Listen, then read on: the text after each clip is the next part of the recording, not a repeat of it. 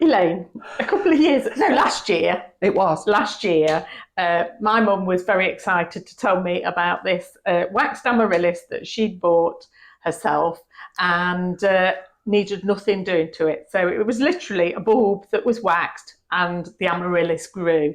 And it was perfect because there was no messing around, no watering, no potting it.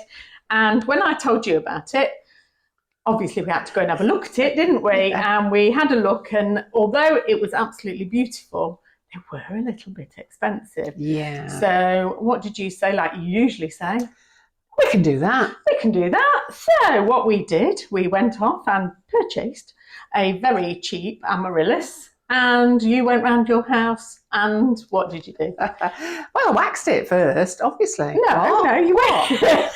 You went round the house and you found all your half candles, didn't you? Oh, Because God, you were so yeah. cheap. We went I left them in the other. Oh, I haven't. Here's one that I left earlier. Yeah. So we went round and you got all these half candles. That's right. Yeah, and the bent ones as well. Yeah, that's the ones. Because we are cheap and we weren't going to be paying for anything new or special. So we looked it up and you soaked the roots of the amaryllis, which is what you've done overnight with this one. That's right. And then what you find is that the roots themselves, they start to plump up. So rather than them being dried, which I have got an example of, but these all start to change and you can see the white ones actually where they've filled themselves up full of water. And Julia, feel how firm that is. That's a nice firm amaryllis. And again, being cheapskates that we were, we saw them on offer online. We did. And we bought, well, we didn't buy hundreds, but we bought about 15, didn't we? Yeah. Because we wanted to tell everyone about waxing their amaryllis. And we've done a few live demos of this already. Yeah. So what do I do with it now?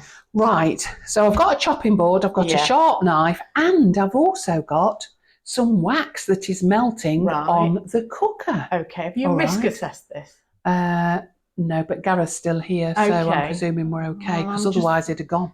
I'm just thinking you don't normally let me near knives or get... No, well, I'll do the knife bit, because you being a little person. Okay, well, this amaryllis was one of the sets that we bought, and it's called Dancing Queen, and this one is a beautiful red and white stripy one. Oh, right, okay. Yeah. So what are you going to do with that one? I immediately want to start singing Dancing Queen, but I won't. So what I'm going to do instead is put all of the roots over there to one side, and this is where we shock people because I'm now going to cut them all off. I know. And it seems like, well, why have you done that? Well, what we've done is use the roots so that they can then get all the water into the bulb to make it as firm as it is. Okay. So now all I'm going to do is I'm going to slice through. Gosh, I know. That's a bit severe, isn't it? I know. Cut them all off. Make sure that you do. That's quite a chunk you've cut off the bottom. Look what's left. Crikey. Okay. And you see what I've done though is I've put it and sat it there. There's still a little lump there of root, so I'm going to cut it off. Why do you cut it off? Because it'll grow through our wax, will it? The roots won't do anything now because what we've got is, if I said a wet bottom, but I don't mean that. What I mean is you can see that it is still wet where the water has gone into the bulb, but we're going to seal all the moisture into the bulb by waxing it. Okay. So having done that, now you can see that the bulb can sit very happily on its own bottom. Okay. Now, here's one I made earlier. Go on then. Okay, so this has been completely waxed round the bulb. Yes. It's all encased. Yes. And put it on there. And it just sits. So you can use it in a decoration as you will. You can leave it on the windowsill. It won't make a mess. Yes. And it's starting to sprout already. Oh, well done. Okay. So I did this last week and it's already going. So now I just leave it on the windowsill. It needs to be warm, the windowsill, and it needs to be light as well. So things around the bulb haven't changed at all. But don't put it directly in the sun. No, because that'll ruin everything. It'll melt, won't it? Make a mess. Okay. Right, is that wax melted? Not quite. Now then, so hold tight. Yeah, I noticed you picked an amaryllis with a very short neck here, but all we do is literally dip the amaryllis into the wax and coat it. It works better actually if it's outside, doesn't it?